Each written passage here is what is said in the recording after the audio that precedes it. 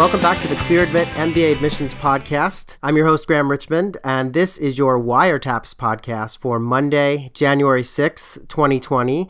And as always, Alex Brown is here to help guide the Wiretaps discussion. Alex, Happy New Year to you, and welcome back. Yeah, Happy New Year, and Happy New Year to everybody listening. Yeah, so this is the first for 2020, we're really excited. Still energized by a lot of the positive feedback we've been getting on the podcast and just all the great discussion happening at clearadmit.com. So this week is, we're kind of, after a couple weeks where things were a little quiet with, the holidays, this is a busy week, I guess you'd say. And do you want to tell our listeners why that might be? Sure. Well, I'm sure many listeners know, but I mean, we have, I'd say, up to 30 application deadlines this upcoming week. Actually, oddly enough, and I don't really understand this, it started yesterday, Graham. About 3 or 4 programs actually use Sunday as an application deadline, which that would never have happened when the years ago that I was working at Wharton, but there we go.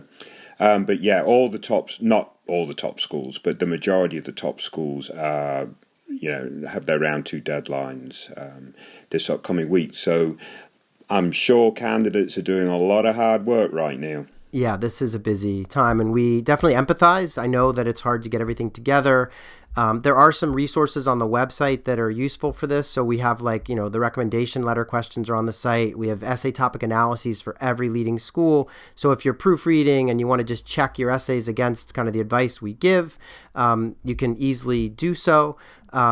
Just stay tuned. We know this is a tough time, and 30 deadlines in a week is crazy.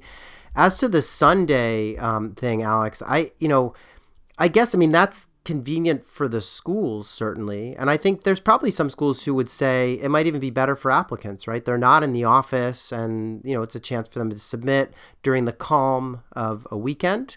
And so, that's possibly what's going on there. And then that way the admissions officers arrive at their desk and find everything, ready to go in terms of the reading. So, so it's going to be busy though, and we recognize that. And one other thing I wanted to mention is that we did just run the Real Humans for UCLA Anderson. That series has been so popular. So obviously if you're interested in Anderson, take a look at that. There's some great profiles of students there. Beyond that, as always, Alex has picked out, I think, a couple of ApplyWire entries. So a couple of candidates whose candidacies we can review and give them hopefully advice that comes in the nick of time for their applications. And then one DecisionWire entry that Alex has here that he's pulled out. So we're going to go over all that. In the meantime, Alex, I don't know if you are aware, but we have a new sponsor for the podcast. So we're on a bit of a roll. Bain had been sponsoring the podcast, and we now have a new sponsor, and that is Kellogg. So I didn't know if you're aware of that, but Kellogg's Evening and Weekend MBA program is the new sponsor for the Clear Admit MBA Admissions podcast. And I just wanted to remind everyone that you can reach your highest career goals while earning an MBA part-time. The Evening and Weekend MBA program at the Kellogg School of Management, which is located at their downtown Chicago campus, actually offers flexible study options to fit your lifestyle, match your experience. And the truth is that by graduation, you'll share the exact same toolkit, skills, and network as the school's most prominent alumni.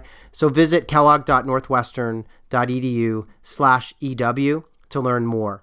So we thank Kellogg for their sponsorship. And Alex, why don't we get into the business here of looking at these candidacies? So let's look at Wiretaps candidate number 1.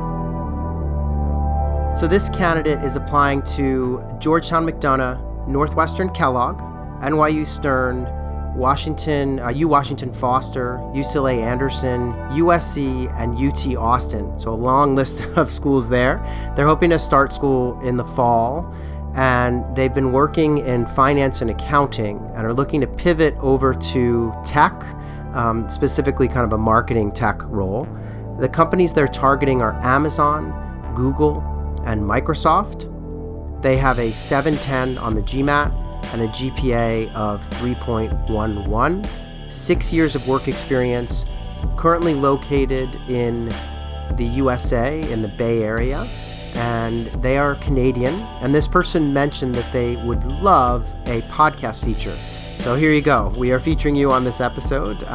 They've been working in tech but in a kind of finance role, if I understand correctly. So they've done a couple years at Deloitte and now a couple years with a major tech company, and they want to pivot function basically into marketing. And ideally, in the long term, they want to be a C-suite executive for a high-growth tech company focused on either healthcare or education. And they asked a few specific questions that I'm hoping you can address, Alex. The first was, do they need to cast a wider net with the school selection or maybe retake the GMAT? They also wanted to know how they go about convincing the admissions team that they want to move into marketing, given that they've had kind of a finance accounting background to date. So those are the main questions, it looks like. So Alex, what's your take here? Yeah, I mean, like you say, I think the candidate has a good spread of programs in which they're applying. Well, maybe too many.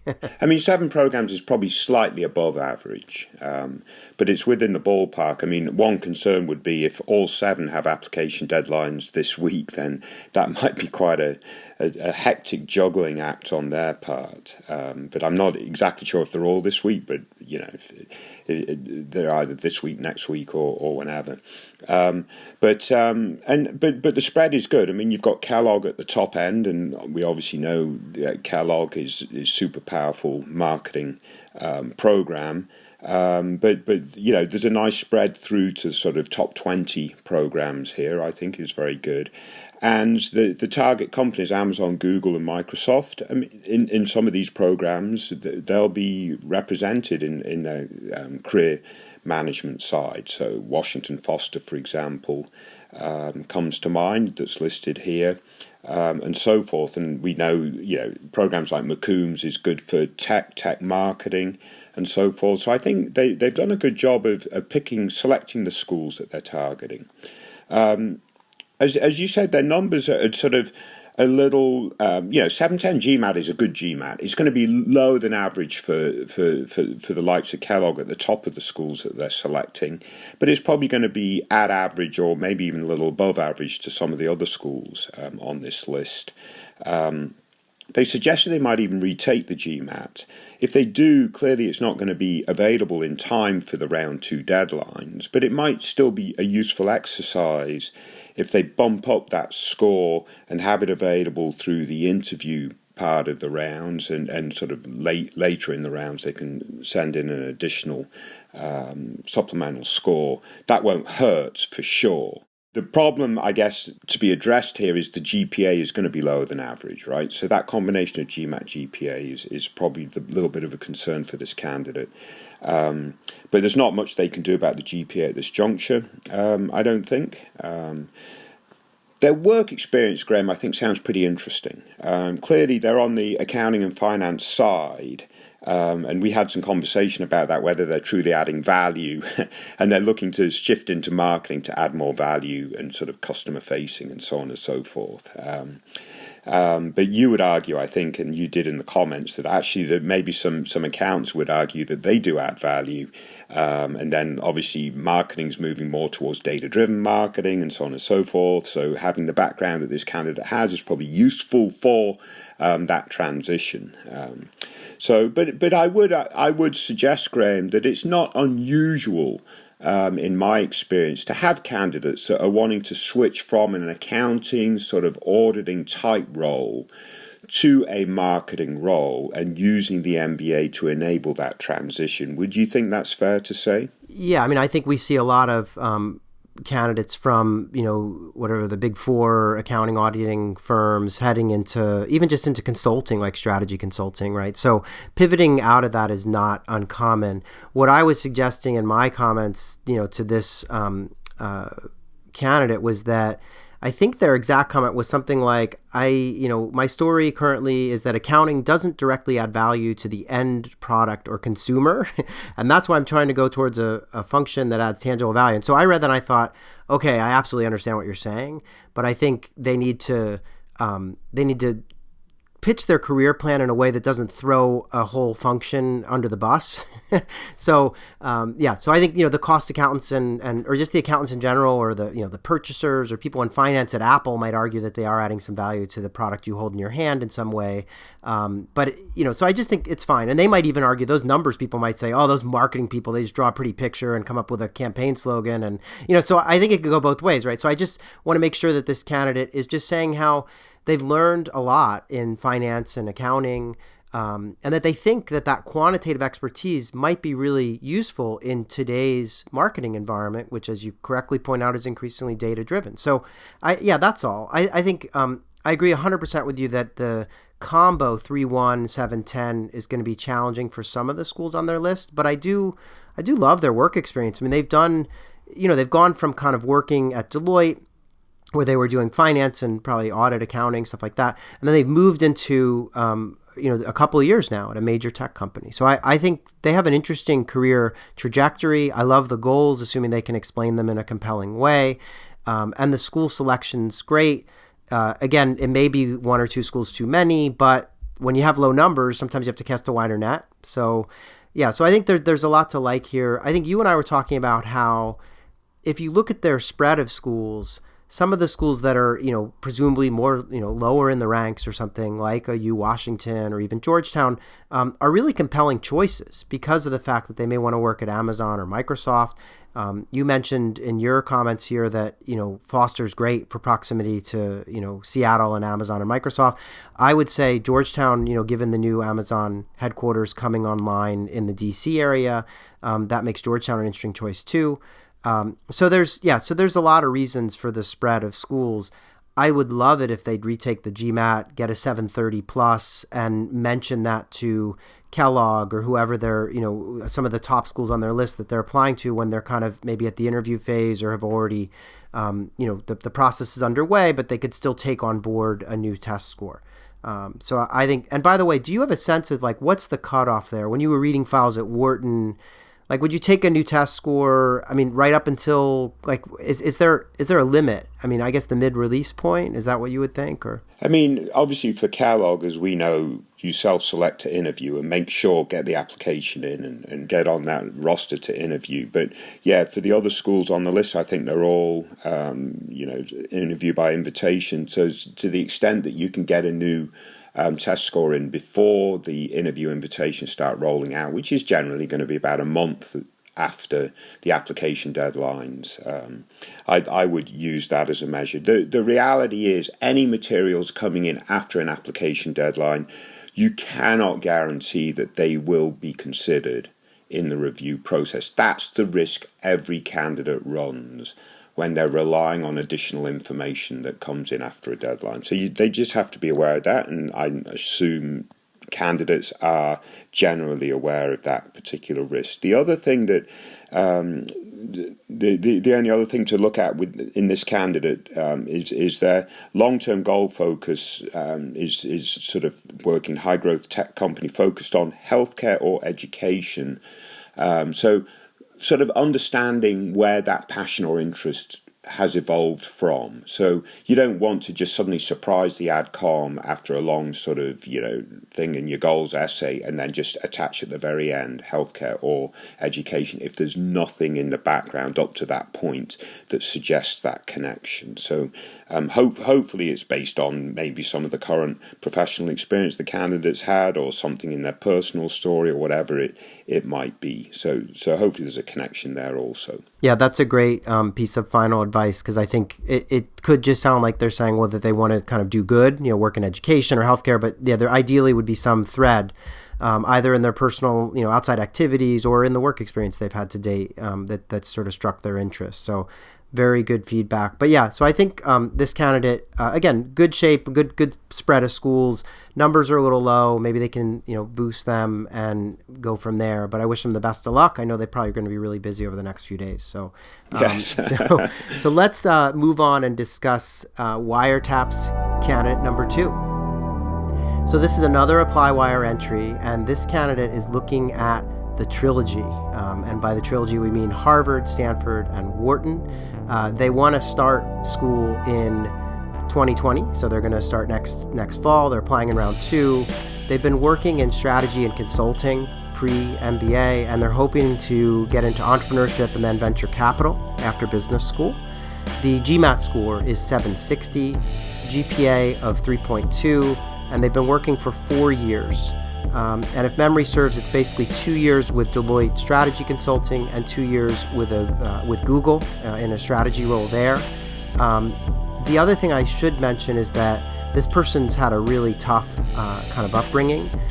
Literally, siblings include like a convicted felon, someone in drug rehab, or pregnant at age 16. So a really tough kind of family background. And this person has, pushed to really maximize her potential. She's done a lot of kind of mentoring and volunteer work with underserved females. And she's also, trying to help, just women and underrepresented minorities in general. And in fact, her long-term goal is to set up her own VC and raise her own fund basically, and help empower underrepresented minorities and women founders. So really interesting candidate. GPA is a little bit low. I think it's funny, mentioning the trilogy, I realized there was a Star Wars movie that just came out. I don't know if it's any good because I haven't seen it yet. I'm hearing kind of mixed reviews, but it's always a challenge to kind of apply to the trilogy and get into all of them. And I also think it's also interesting that, each of the 3 schools is really different. Despite them all, they're all great schools, but they're all quite different from one another. But we do see candidates, year in and year out targeting all 3. So, Alex, what's your take on this candidate? I absolutely love this candidate. Again, I think from a diversity standpoint, if you want sort of different voices in your classroom, this candidate sort of hits all the markers. I mean, she's come from, and I think we're making an assumption that she's female and an assumption she's underrepresented minority, given her sort of passion for supporting those 2 groups. So excuse us in our feedback if neither of those points are correct. I would still say I love this candidate, male or female. You mentioned the struggles with the siblings, so clearly coming from a very difficult background and coming very far in this person's journey from that very difficult background, both professionally and personally, and along the way supporting others, i.e. underrepresented minorities and women in various roles. So it's not just that this person's done extremely well from a very tough beginning, but also has sort of recognized the importance of being a role model, a mentor, and various other things for people that may be in some similar sorts of situations. It appears to me that the work experience is very strong, working at Google and so on and so forth. The one sort of slight blemish, I suppose, is a 3.2 GPA, and that clearly is below average for the very, very top schools. The challenge, there will be to explain, and as we talked about before coming on air, she had a challenging curriculum to deal with, an undergrad and grad program. Obviously, the challenge with the sort of the tough background, as well as having to work 20 hours a week to sort of survive and pay for the education. All these are factors that I think she can address briefly in the optional essay. The 760 GMAT is just ridiculously high. So there's going to be no doubt that this person is super smart. So as long as they can portray that they are motivated now to really excel and do well in a very busy curriculum, then they're going to be in great shape, I think. I think a school will be privileged to have this person in their classroom, quite honestly, Graham. Yeah, fair enough. I mean, I think clearly the candidate is, first of all, the GMAT score is, pretty much off the charts. It gets into that north of 750, kind of range. You get, it's what we used to call at Wharton, a great big GMAT. So that's helpful. I agree. The GPA, there are 2 things about the GPA. A, it's a little low. and B, it sounds like it's a downward trend. She mentioned that she had a 3.5 first year, and then things started to go downhill because she was working 20 plus hours a week until graduation to pay for college. I mean, personally, and also I should mention, this was a integrated undergrad and grad program in accounting. So I know that we're pretty harsh on GPAs as a rule, that once it's, down in that kind of 3.0, 3.1, 3.2, we get nervous especially when we're talking about Harvard, Stanford, Wharton, et cetera. But I really think in this case, it's something that's going to be easy enough to overcome because of the rigor of the undergraduate experience and because of the really great GMAT score. And because, as you say, I think most of these schools are going to be really happy to welcome someone into their community who's had this type of experience. And, I didn't even mention it, but it sounds like she actually founded the diversity, equity, and inclusion team at Google. So, I mean, this is just someone who, as you said, really appropriately or very aptly put, not only came from a tough background, but has helped to pull others up along the way. So it's not like, this person kind of came out of a bad background and is only looking out for themselves or something, right? And that's really what you're looking for in these types of candidates, those that have come from the tough background, but also recognize how they can impact others in a very positive way. And I would be surprised if that's not what this candidate's all about. Yeah, exactly. So I think the only thing this person needs to be wary of is, probably explain the GPA a little bit and that downward trend, just a short, direct explanation as she provided to us here. And then I guess sometimes I get a little leery of a candidate who's only applying to the kind of top three, maybe risking a certain level of like cockiness. And I'm not seeing any of that in her writing here, but I just want to make sure that, the application materials are written from a, humble point of view and that, that she's not sort of taking anything for granted. I think she's a compelling candidate at all three schools, and I don't blame her for targeting the best three. But I think, there are some admissions officers who would look at someone applying only to those three and say, gee, what's, I guess you kind of think you're going to get into one of them and there's no safety here. I mean, to be clear, admissions officers reading her candidacy won't know that she's only applying to these three. So it's not like they're sharing information and that kind of stuff. No, although it gets, sometimes it's asked in an interview. It can come up, what else are you looking at and why? Right. And so I think if that were to happen, I think she'd have to have a good way to sort of explain the three. That's less likely to happen at the very top schools, much more likely to happen in sort of schools in the top 16 versus the top three. Because, just like the candidates that are appropriate for the top three schools, the schools themselves feel pretty good about themselves. So they're less worried about whether the candidate's going to go somewhere else, right? Their yields tend to be very high. The other thing, I mean, you can imagine the Stanford essay, what means most to you and why, or however it's worded, Graham. I mean, she's got great material for that.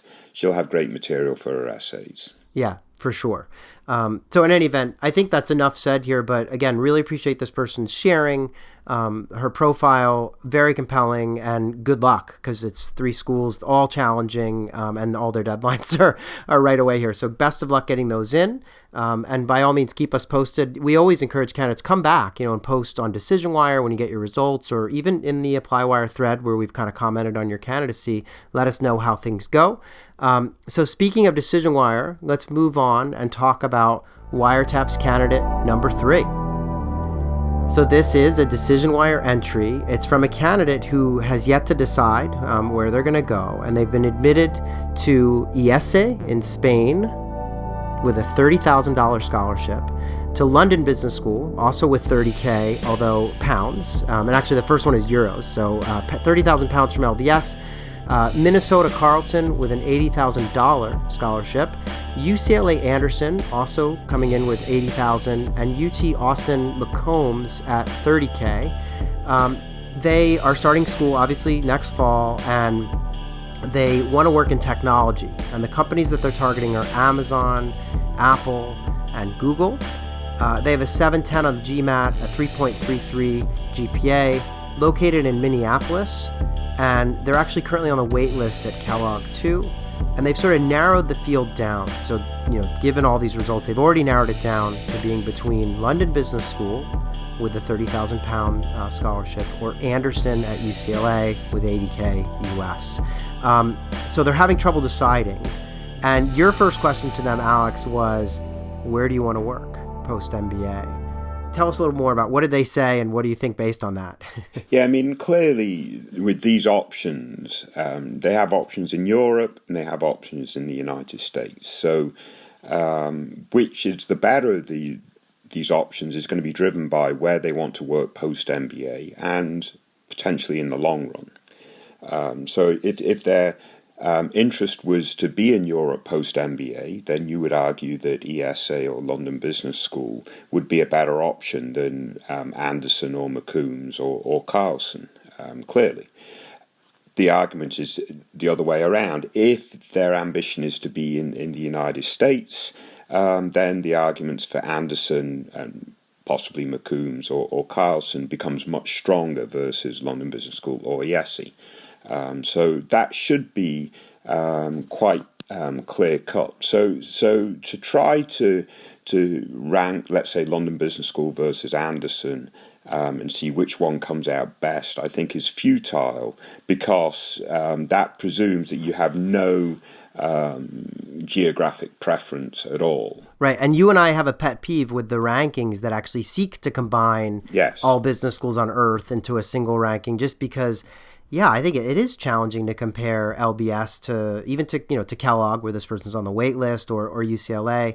It depends where someone wants to be and what they want to do. I mean, as it always does, right? So it's challenging. Yeah. So their response was, we'll want to come back to the US eventually, thinking about product management, marketing, or strategy for functions. So which does create an interesting sort of wrinkle.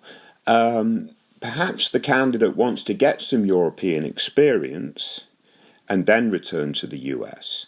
And if that's the case, then LBS, ESE would be a more viable option. But in the long run, clearly they want to be in the US, which then favours Anderson at this point, but also would bring into the conversation that they should really push to see if they can get off the wait list at Kellogg. Because obviously then Kellogg becomes the bigger voice or argument on the US side versus the European side.